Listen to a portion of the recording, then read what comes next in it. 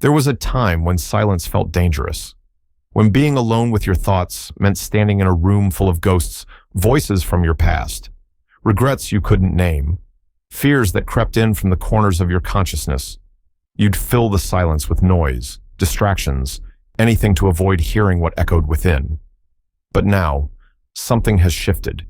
The stillness no longer feels like a threat. It feels like home. You begin to notice this in the small spaces between things, in the way you linger a little longer in the quiet moments, not rushing to fill them. You wake in the morning and no longer feel a weight pressing against your chest. The voice inside, once loud and relentless, is quieter now, less a critic, more a companion. You are no longer at war with yourself. This is what it feels like when the shadow loosens its grip. The shadow, your unconscious fears, your disowned parts, the pieces of yourself you've hidden out of shame or fear once ruled your inner world from the dark. It showed up in your defensiveness, your self-sabotage, your constant striving to be someone better, someone more lovable. But now, you notice space, space between feeling and reaction, space between what happens and what you make it mean. You are no longer ruled by reflex. That old urgency to protect, defend, or hide has softened. Like a storm that once threatened to pull your soul apart has finally passed. And now you're walking through the wet, quiet calm that comes after. There is peace, but not the kind you have to fight for. This one simply is. The absence of the old noise is, at first, unsettling. You might even wonder, what do I do now that I'm not trying to fix myself? Who am I if I'm no longer defined by what's broken? These are questions only asked by someone who has stepped outside the shadow's domain. You're not resisting yourself anymore. You're listening. This listening is not passive. It's a kind of radical presence. You're not rushing to interpret or fix. You just allow yourself to be here, in this body, in this moment, in this breath. You've begun to trust that not every ache needs to be solved. Some wounds simply need to be seen, witnessed, held. In the past, you may have mistaken productivity for worth, performance for value. You tried to outrun the shadow with achievements, with people-pleasing, with perfection. But the more you ran, the more it caught up. Now, the running has stopped. You've turned around and faced the part of you that once terrified you, and instead of a monster, you saw a mirror. There is no dramatic confrontation, no cinematic release, just a quiet understanding that the part of you you were afraid to face was never trying to destroy you. It only wanted to be integrated. It only wanted to be known. And now that you've allowed it in, it no longer needs to fight for your attention. There is a softness in you now that once felt impossible. You catch yourself being kind to yourself for no reason. You forgive yourself for things you used to rehearse in your mind night after night. And you no longer need to relive old pain to prove you deserve peace. The emotional weather inside you has changed. It doesn't mean you never feel sadness, fear, or grief. It means those feelings don't own you anymore. They pass through you, like clouds over the ocean, and you, the ocean, remain vast, whole, unchanged at your core. This shift, though subtle, is profound. It's the first sign that the shadow no longer has power over you, not because it disappeared, but because it was embraced. You've stopped fighting what is, and in doing so, you've reclaimed a part of yourself you once abandoned. You might still catch glimpses of the old patterns, a thought, a habit, a moment where you flinch. That's okay. Integration doesn't mean erasure. It means relationship. You're in relationship with your shadow now. And like any relationship, it takes attention, curiosity, and care. But this time, you're not afraid of what you'll find. You know now that whatever arises, you have the capacity to hold it. You trust yourself in ways you never did before. You trust that the ground beneath you will hold, even when everything else feels uncertain. So ask yourself, gently, when was the last time I felt truly at peace in my own presence, and what did I lose when I gained that silence? Sometimes, what you lose is only the illusion of control, and what you gain is yourself. Because in this silence, you begin to hear something deeper, a quiet voice beneath the old stories, a knowing that doesn't shout, but hums like a gentle current under everything. It tells you you are not your shadow. You are the light that sees it. And that light, it was always there, waiting, just like you. There used to be moments small, ordinary moments that would ignite something in you like dry grass catching fire, a tone of voice, a dismissive glance, a delayed text. Suddenly, you were flooded with emotion rage, shame, panic, as if the ground had shifted under your feet. You'd tell yourself you were overreacting, but it never felt like an overreaction in the moment. It felt like truth, like danger, like you had to act, to defend, to fix. But now, something's changed. The same situations occur. Someone criticizes you. A loved one withdraws. A stranger cuts you off in traffic. But instead of the sharp, immediate spike of emotion, there's a pause, a space, a breath. You feel the stirrings. Yes, the heartbeat quickens. The jaw tightens, but you don't spiral. You watch it rise, and you let it fall. The trigger is there, but it doesn't pull the same weight. It doesn't own you. This, too, is a sign your shadow is no longer steering your emotional world. In the past, that trigger was a flare sent up by the parts of you that had never been heard, the parts that still carried wounds from childhood, from betrayal, from years of invalidation. Triggers are not random, they're roadmaps, each one pointing to something inside you that still wants to be met, loved, integrated. And when the shadow was dominant, you lived in constant reaction. Life felt like a battlefield. Every interaction a potential threat. You were either defending or performing, trying to stay ahead of being hurt. But the truth is, you weren't reacting to the moment, you were reacting to memory. Now, with the shadow's grip loosening, that pattern begins to dissolve. You don't take everything personally anymore. Someone else's coldness doesn't mean you are unworthy. Their anger doesn't mean you did something wrong. You begin to separate what's yours from what's theirs. And in that separation, you reclaim power. There is immense freedom in realizing you don't need to respond to every discomfort. That sometimes, silence is the strongest answer, not the silence of suppression, but the silence of sovereignty. You no longer need to prove or explain yourself in every moment. You can simply be. This shift feels subtle but powerful. You feel it in how you let conversations end without needing the last word, in how you allow someone to misunderstand you without scrambling to fix their perception, in how you can hold space for someone else's emotion without absorbing it as your own. You might even notice your body reacting differently. Less tension, fewer clenched fists, a jaw that loosens, shoulders that fall back into ease. The body remembers everything, and when the shadow loses its grip, the body is the first to exhale. There's a moment, maybe you felt it when something happens that used to devastate you, and now it barely stings. You feel the echo of the pain, but it doesn't consume you. That's not apathy. That's evolution. You haven't numbed yourself, you've grown your capacity. And in this space, you begin to realize something extraordinary, that your peace no longer depends on external validation. You don't need people to act a certain way to feel okay. You don't need the world to bend to your preferences to feel grounded. You've built a center inside yourself that doesn't collapse at every gust of wind.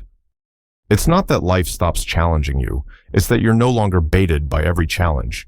You don't feel the need to win every argument, to control every outcome. You don't chase closure from people who refuse to offer it, and you certainly don't hand over your emotional well-being to the whims of strangers.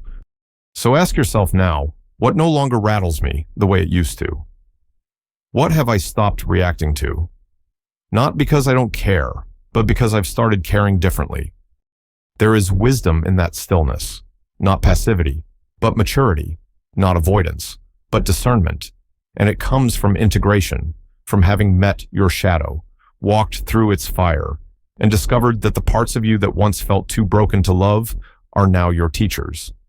You begin to look at your past reactions not with shame, but with tenderness. You understand why you lashed out, why you shut down, why you clung or pushed away. Those were survival strategies, and they worked until they didn't. And now, you've outgrown them. It's a strange feeling, realizing you no longer need to brace for impact in every interaction, that your nervous system has learned what safety feels like. and that safety isn't something others must give you, it's something you build, breath by breath, choice by choice. You've begun choosing differently. You walk away without drama, you speak without shouting, you feel without drowning. You're no longer a puppet pulled by emotional strings you didn't see. You're becoming the one who holds the strings and sometimes lets them go altogether. This is power, not domination, but inner steadiness, not control over others, but mastery of self, not perfection, but peace. And in that peace, you begin to discover a quiet truth. Not every fire deserves your flame. Not every wound is yours to carry, and not every trigger needs to be pulled to be understood. There was a time when everyone else seemed to be the problem. You felt hurt, and it was their fault. You felt unseen, and they weren't paying attention. You felt rejected, and they were being cold or unfair. It was always them. The mirror of life kept reflecting your own pain back at you. But instead of recognizing your own image, you reacted to the frame. But now, something's changed. You still see the mirror, but you no longer flinch. You no longer blame. You begin to see what's really there. This is the work of the shadow losing power. Because when the shadow was strong, every trigger, every irritation, every heartbreak felt like a verdict from the outside world. Your shadow projected itself onto others' unmet needs, buried fears, unhealed wounds, and then convinced you it was all them. You were too close to it, too entangled. You couldn't tell where you ended and they began. But now, there's distance, spaciousness, an ability to observe without judgment, to say, there's that old wound again, instead of, why are they doing this to me? It's not about letting others off the hook. It's not about excusing bad behavior. It's about reclaiming your power from the places you left it in their hands, their choices, their moods. You realize that how you respond is yours, that your pain has always been a message, not a sentence, a call inward, not an accusation outward. You begin to see the mirror clearly. Maybe someone dismisses your ideas. Instead of instantly feeling small, you pause. You feel the sting. Yes, but you don't collapse. You ask yourself, where does this feeling come from? Is this really about them, or is it an old bruise I've carried for too long? The mirror doesn't lie, but it doesn't accuse. Either. It reveals. It shows you what's still asking to be healed. It shows you where the shadow once screamed for recognition through other people's faces. And when the shadow ruled you, those faces became villains. Now, they're just reflections honest, unflattering at times, but no longer terrifying. You become curious, rather than defensive. Instead of shutting down or lashing out, you lean in. You wonder, what is this moment trying to teach me, not as a spiritual bypass, not to avoid boundaries or justice, but because you've realized that self-inquiry leads to self-liberation. Carl Jung said, everything that irritates us about others can lead us to an understanding of ourselves, and when the shadow loses its grip, you stop just quoting that idea and start living it. You begin to own your projections, to gather them gently and call them home. You no longer search for the enemy outside, you look within, and what you find there no longer scares you. That harshness you saw in them, maybe it mirrors your inner critic. That emotional neediness you judged in someone else, perhaps it echoes the longing you still deny. That stubbornness, that anger, that self-importance, they all held keys. And now that you're not looking away, you start unlocking doors within yourself you once kept sealed tight. And there's no need for shame here. Projection is not a flaw, it's a mechanism, a way your psyche tried to cope, to understand, to survive.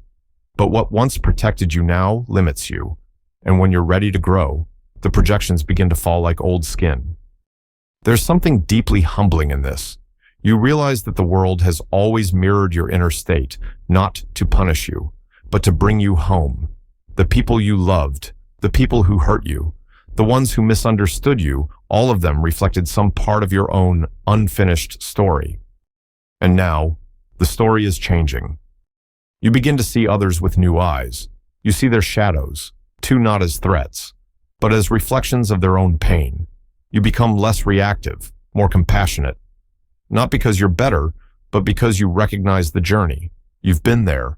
You still are, in many ways. And so, judgment gives way to empathy.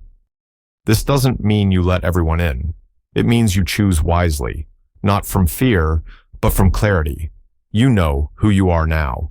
You don't need to project your unworthiness onto the world and then try to fix it by earning approval. You simply stand, real, seen, unhidden. Ask yourself, where am I still blaming others for the pain I haven't faced? Where am I still waiting for the mirror to show me something I want, instead of something I need to see? These questions aren't comfortable, but they're liberating, because when the mirror doesn't lie anymore, you don't have to either. You don't have to pretend to be okay, or strong, or perfect. You don't have to pretend others are the source of your pain. You just tell the truth, first to yourself, then to the world. And the truth is, you are responsible for your healing. You are the one who chooses how to see, how to respond, how to grow. The mirror is your ally now, and with every reflection you meet, without resistance, the shadow recedes a little further, not into darkness, but into integration. And with each new layer you meet, you whisper, I see you. I'm not afraid of you anymore. Come home. You used to wear yourself like a costume, smiles when you didn't feel happy, nods when your soul whispered no, compliments, agreements, perfect timing, the right tone, all of it choreographed to be liked, accepted, safe. You played roles so well that even you began to believe the act. You performed because somewhere, long ago, you learned that being you wasn't enough. But now, you're tired, not from weakness but from wisdom. There is a new energy within you now, subtle but unmistakable. You catch yourself saying what you really mean, even if your voice trembles. You let go of perfect responses, of curated charm, of always trying to be the bigger person, not out of defiance, but out of clarity. You've started to feel the weight of inauthenticity, and you're ready to put it down. This is a sign your shadow is losing its power, because the need to perform is rooted in fear of rejection, abandonment, shame. The shadow convinced you that if people saw the real you, they'd turn away. So you adapted. You shaped yourself into what others wanted, even if it meant abandoning your truth. You smiled when you were hurt. You agreed when your soul protested. You apologized when you weren't even wrong.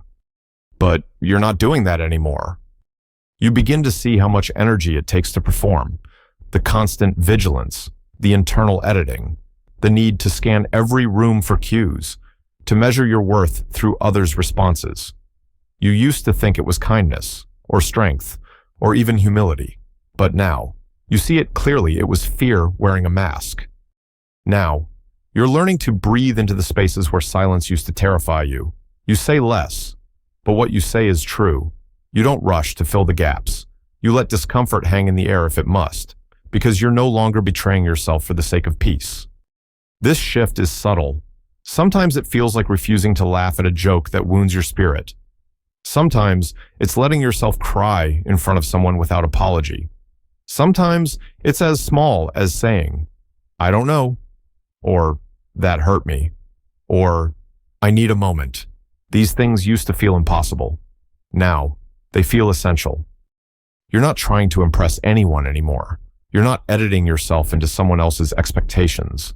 And even when the old habits rise, the urge to smooth things over, to be liked, you pause, you breathe, you choose differently.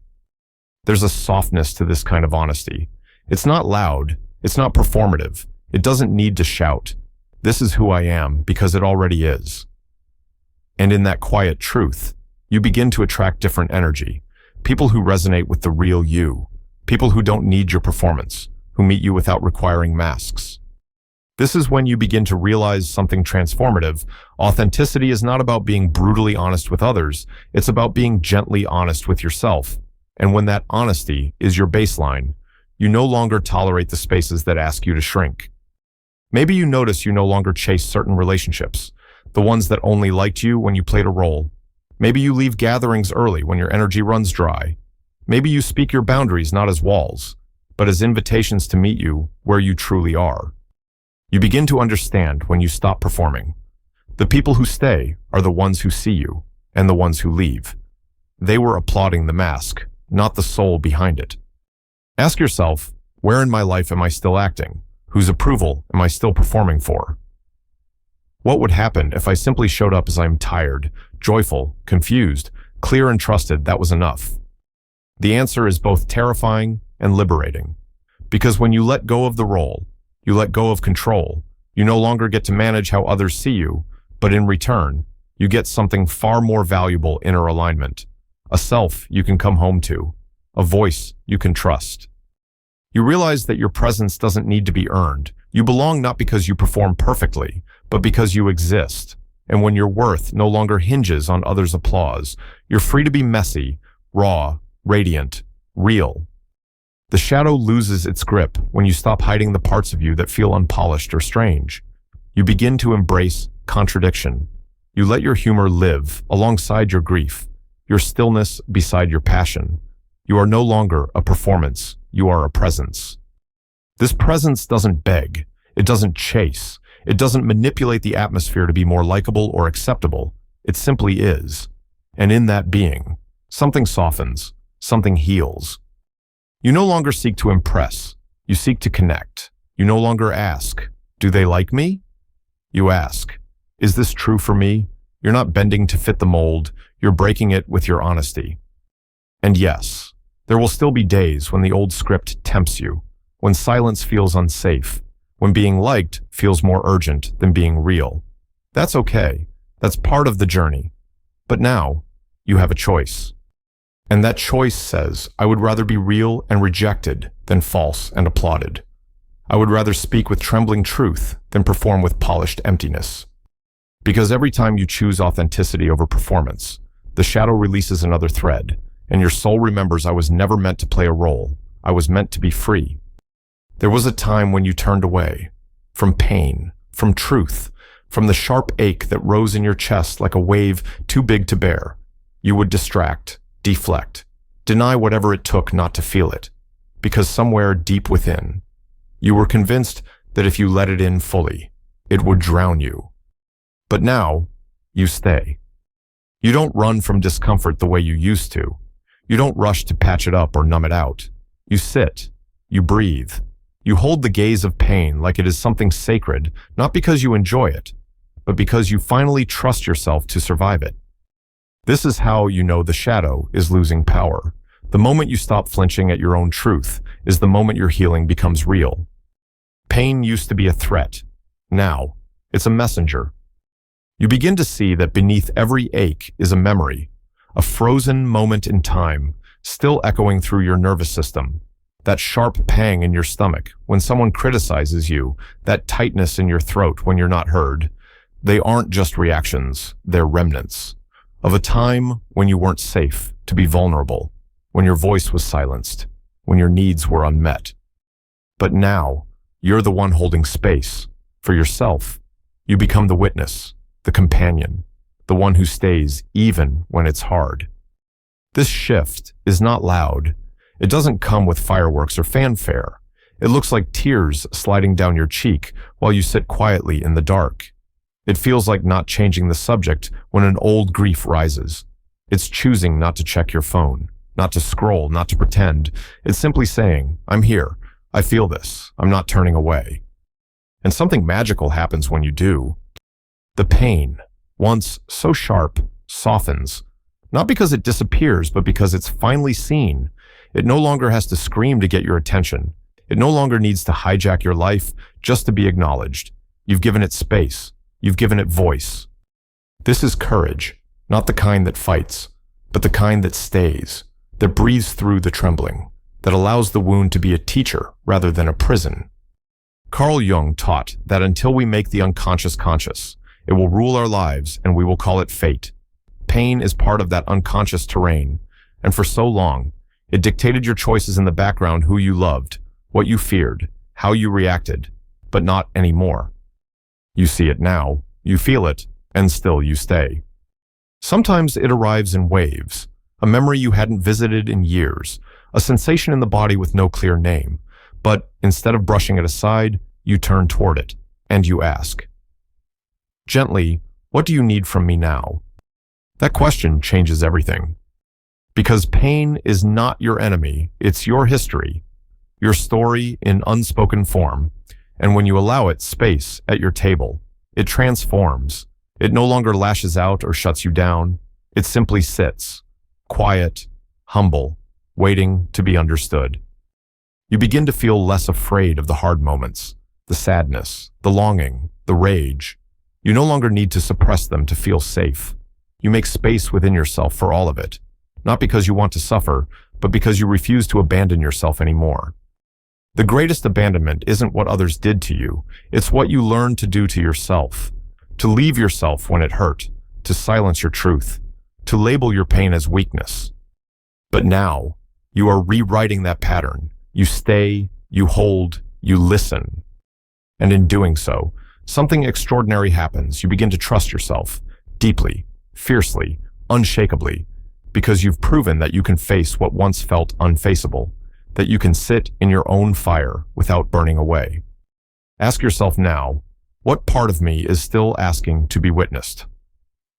What ache have I turned away from too many times, and what might shift if I simply allowed it to exist without needing to fix or justify it? You don't need all the answers. You don't need a 5-step plan. You just need presence. The kind of presence that says, even this belongs, even this will be held. You are becoming whole, not because the pain is gone, but because you are no longer fragmented by it. You gather every part of yourself, the grieving, the raging, the exhausted, the hopeful, and hold them like a sacred mosaic, flawed, radiant, complete. And in those moments when you feel the old fear rise, the one that says, you're too broken, or this is too much, you take a breath and meet it with a new truth. I've held worse, and I'm still here. The pain that once ruled you now kneels before your presence, because you've stopped hiding, you've stopped pretending, you've stopped looking away. And that, more than anything, is how you know the shadow has lost its power. You are no longer the child waiting to be rescued. You are the adult who stays when it matters most. You hold the gaze of pain, and it no longer blinks first. There's a softness now, a quiet whisper you used to ignore. It's not dramatic or loud. It doesn't shout over your responsibilities or demand your attention the way anxiety once did, but it's there, faint, persistent, sacred, the voice of your inner child. You used to silence that voice, not out of cruelty, but out of necessity. There wasn't room for tenderness in the world you were trying to survive. You were too busy growing up, proving yourself, managing pain. The voice that once said, I'm scared, or I need help, or this doesn't feel right, was pushed down, drowned out by the need to be strong, smart, acceptable.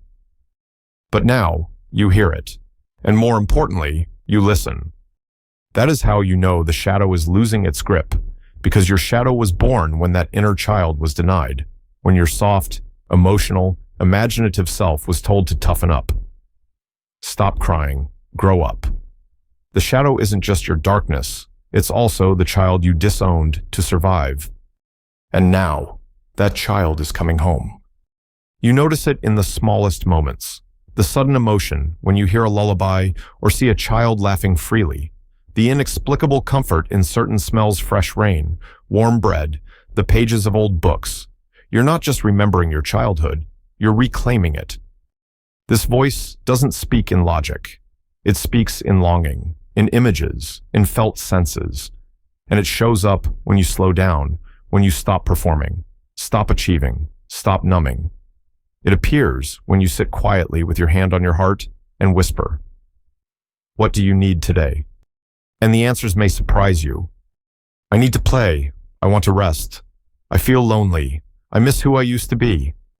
These are not weaknesses. These are truths. Truths your shadow once buried under layers of control, perfection, and emotional armor. To recognize the voice of your inner child is to remember that healing isn't always about becoming someone new. Sometimes it's about allowing who you were before the wounding to breathe again. There was a time when you didn't know how to tend to that voice. Maybe you judged it. Maybe you feared it would make you regress, make you soft, make you needy. But now you know it's not regression, it's reintegration. And that softness, it's not weakness, it's access to your soul. The more you listen, the more you soften, not in a way that makes you fragile, but in a way that makes you whole. You stop bulldozing over your own needs. You stop telling yourself to get over it. You begin offering yourself the tenderness you once begged for from the world. And slowly, you realize you are becoming the caregiver your younger self always needed. Not perfect, not omniscient, just present, just kind. You say no without guilt now, not because you're harsh, but because that inner voice knows what yes has cost in the past. You stop forcing yourself to do things that feel wrong in your body. You stop gaslighting your emotions with fake positivity or spiritual platitudes. You honor what is. You listen for what's beneath the reaction. And often, it's that child tugging at your sleeve, asking, "Will you notice me this time?" And you do. Maybe for the first time. You truly see how brave you were, how much you endured, how many times you smiled through the ache. You begin to mourn not just the pain, but the silence, the years when no one asked you what you needed, not even you.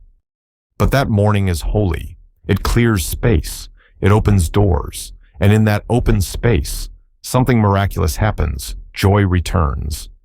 Not the joy that demands entertainment or escape, but the simple, sacred joy of being alive, of laying in the grass, of coloring outside the lines, of dancing in your kitchen for no reason, of allowing yourself to feel good, not because you earned it, but because you exist. The inner child brings spontaneity, curiosity, wonder, and you realize that none of these things are immature. They are vital. They are the medicine for the part of you that became too serious, too heavy, too responsible. Ask yourself now, what did I love before the world told me who to be? What am I still longing to express, to create, to feel without judgment, without shame? Because when you allow those questions to rise, you start to reawaken the forgotten magic within you. And the shadow who once tried to protect that child by hiding them steps aside. It no longer needs to guard the door, because now you are here, present, listening, loving. The fear of your own softness begins to dissolve. You realize that tenderness doesn't make you unsafe, it makes you real. That emotion doesn't weaken you, it makes you aware. That honoring the child within doesn't pull you backward, it moves you toward integration. You stop trying to be enough. You already are. You stop seeking permission. You already have it. You stop rushing toward healing like it's a finish line. You sit beside yourself, hand in hand with your younger self, and say, "We're not broken. We're just beginning again."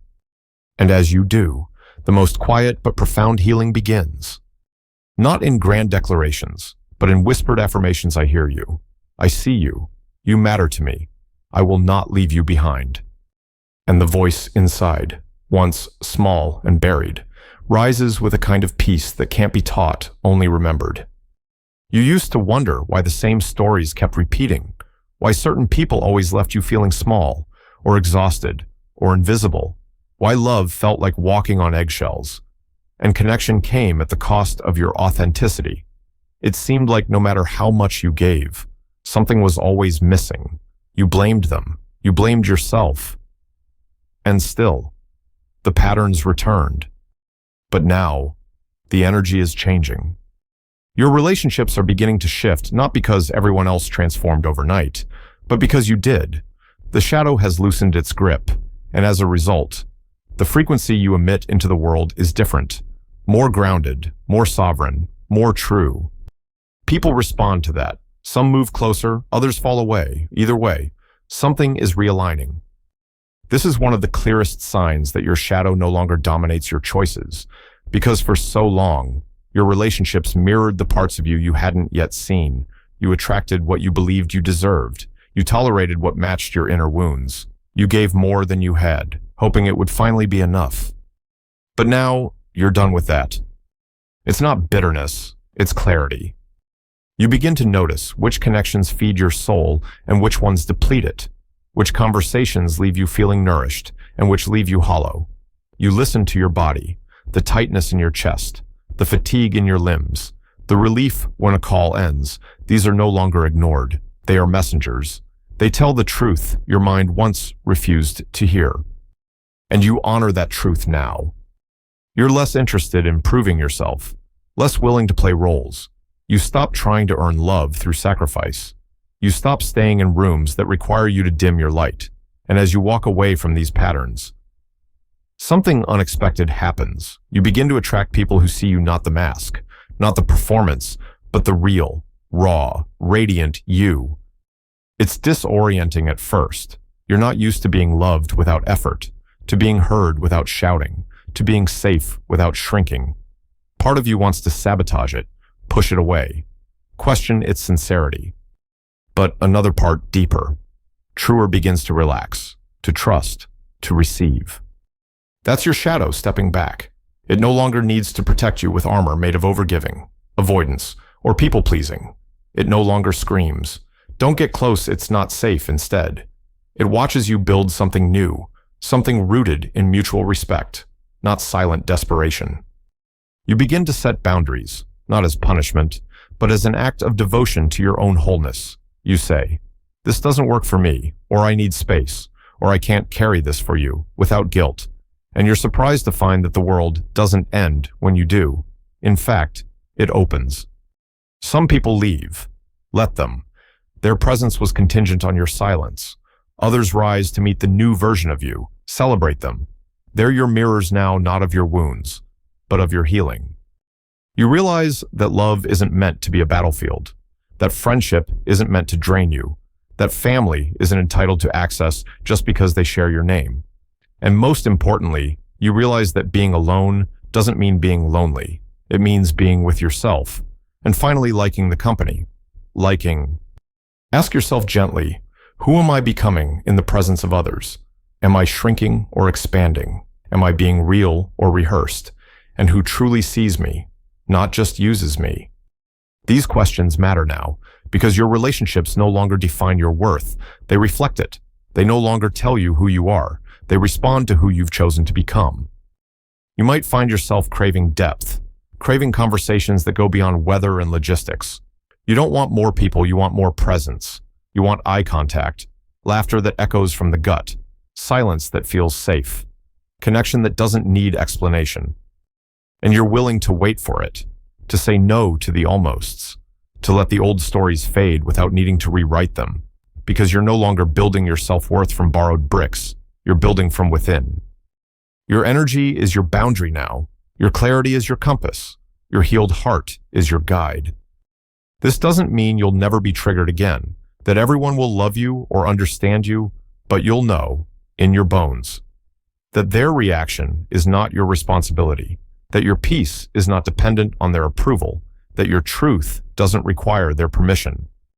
You're free now, free to love without losing yourself, free to walk away without making someone else the villain, free to choose yourself and trust that whoever's meant to walk with you will never ask you to abandon your own soul.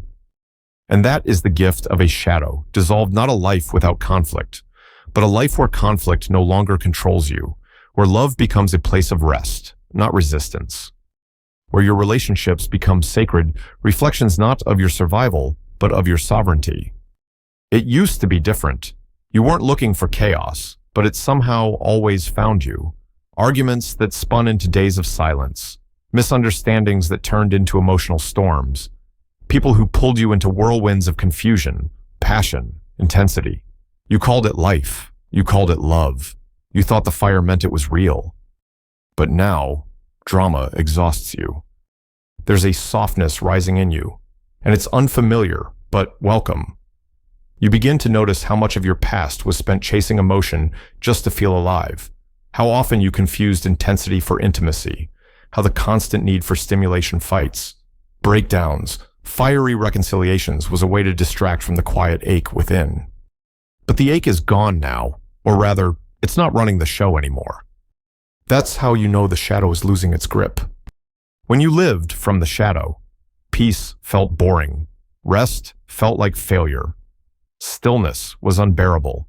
Your nervous system was so accustomed to the high of emotional chaos that calm felt like something was missing. You equated conflict with connection, confusion with excitement. But all along, you were reliving old patterns, reaching for noise because you were afraid of what silence might reveal. And now, you sit in silence. Not because you have nothing to say, but because you no longer need to say it all. You realize that not every tension needs to be explored. Not every misunderstanding must be unraveled. Not every attack requires a defense.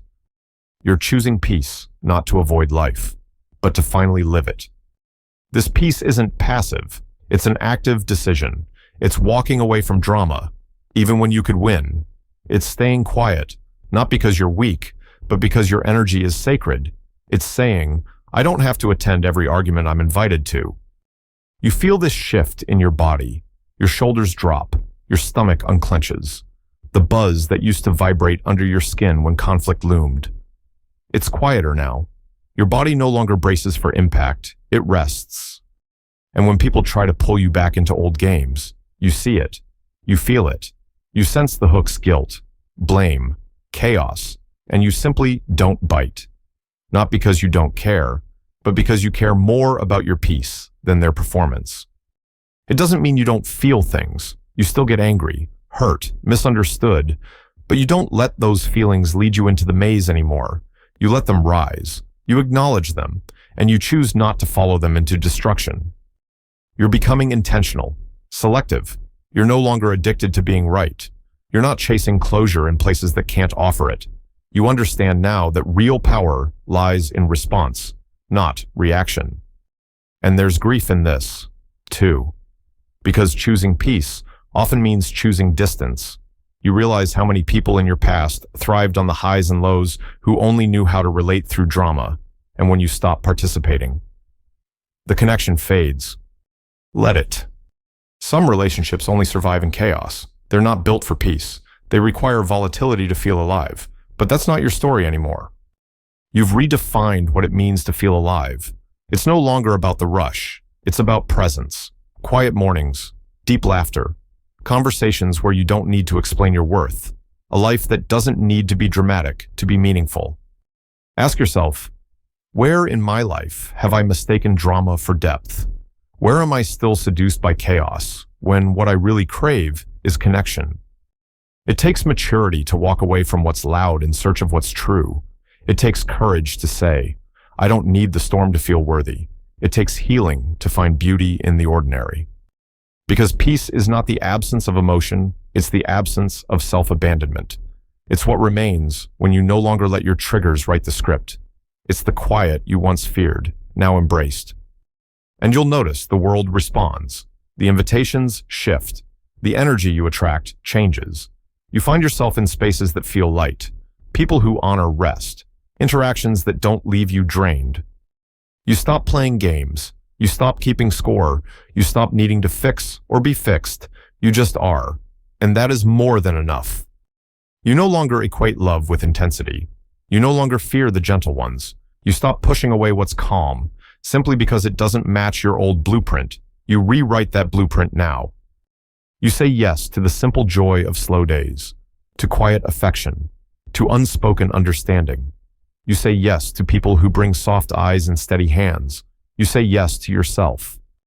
And when the shadow stirs, when the old pattern whispers, this is too quiet, you smile, you breathe, you say, quiet is where I meet myself now. Because peace isn't a sign you've stopped feeling. It's a sign you've started choosing.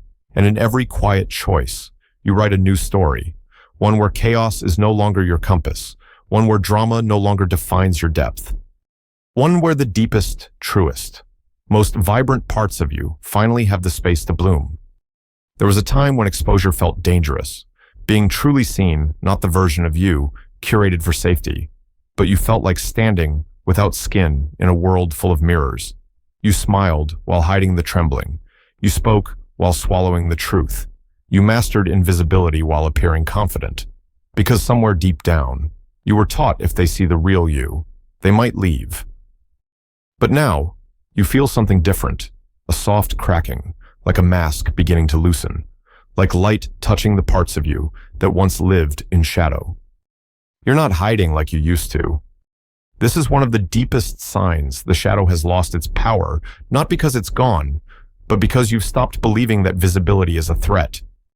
The fear of being seen is the fear of rejection, of shame, of reliving wounds you barely survived the first time.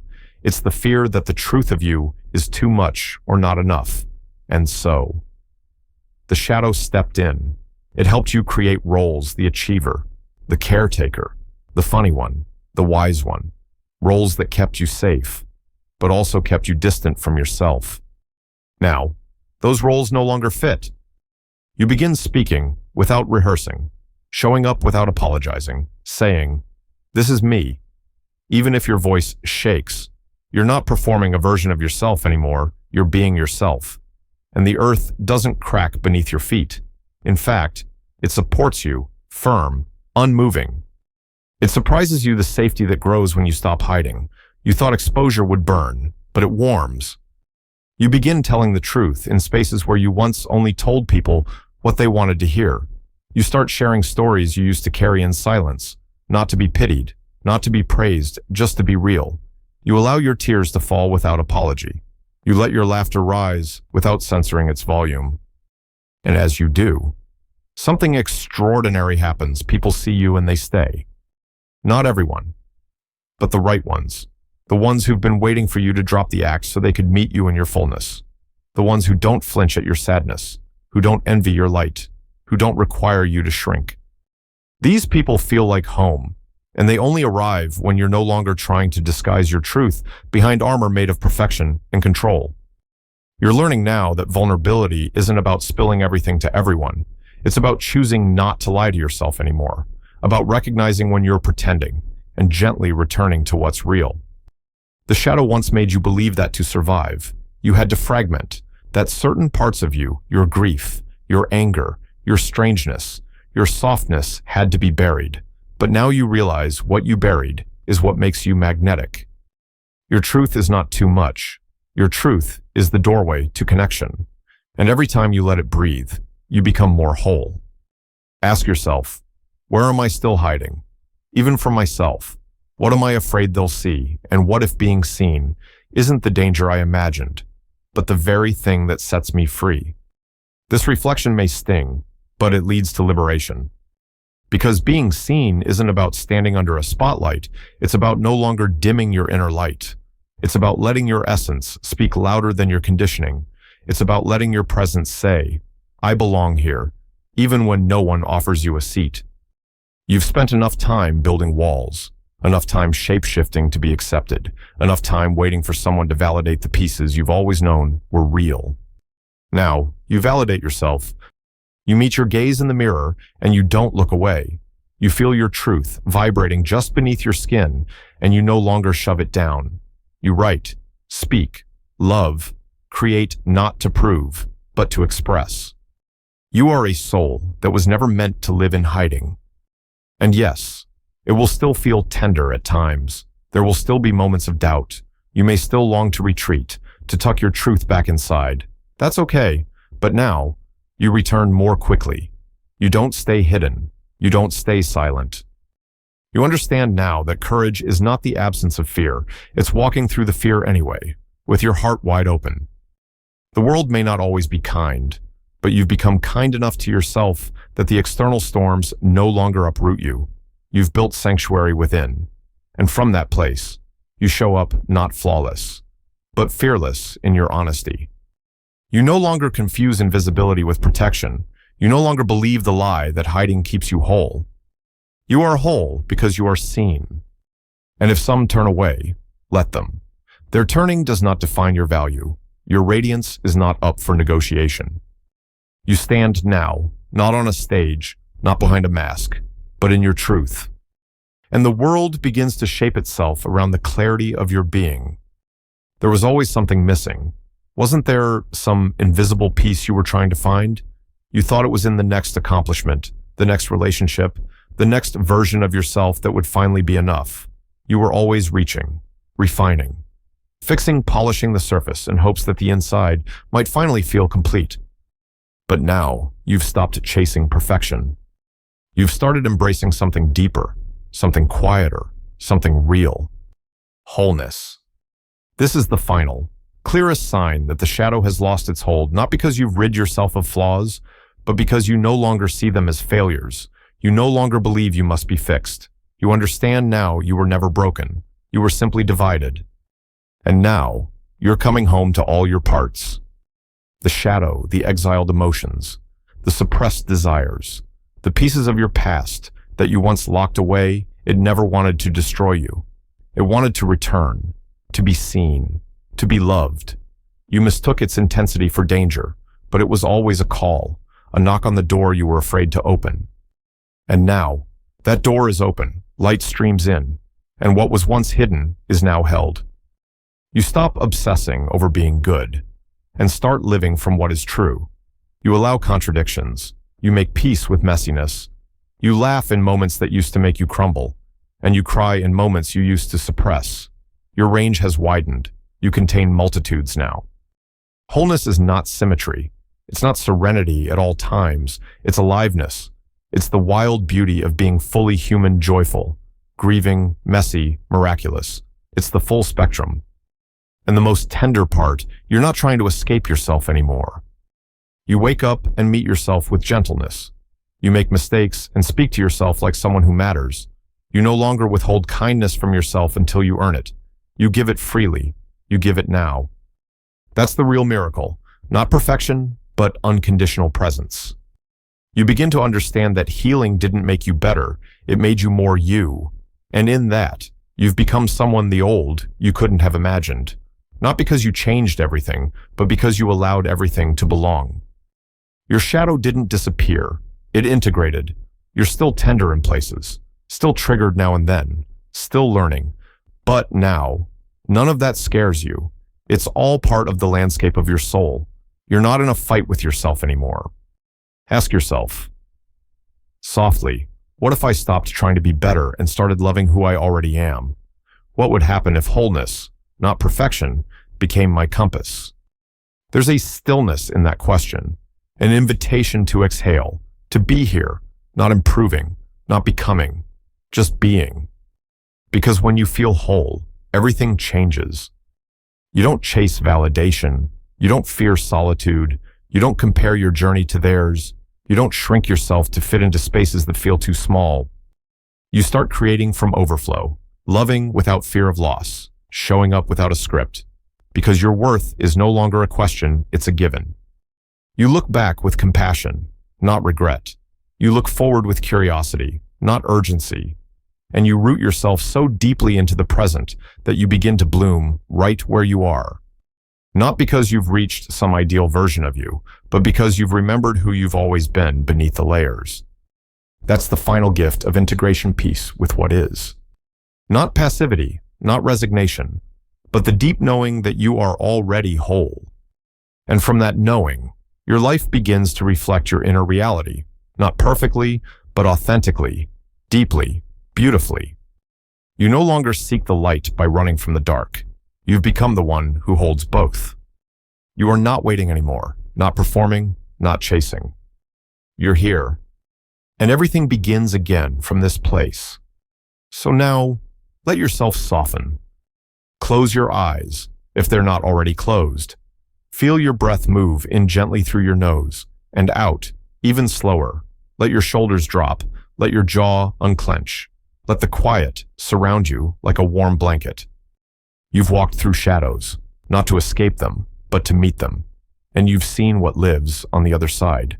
Not perfection, not some dazzling moment of enlightenment, but something far more lasting. Wholeness. It's not loud. It doesn't sparkle in the spotlight. It glows from within.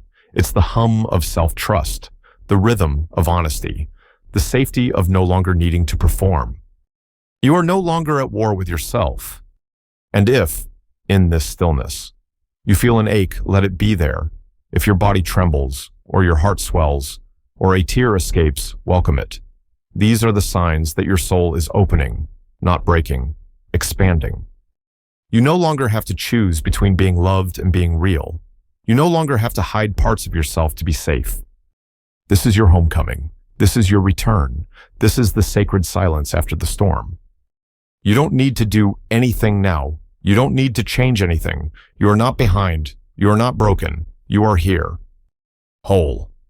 Seen. Enough. When the world spins loud again, as it surely will remember this, the love you seek is already within you.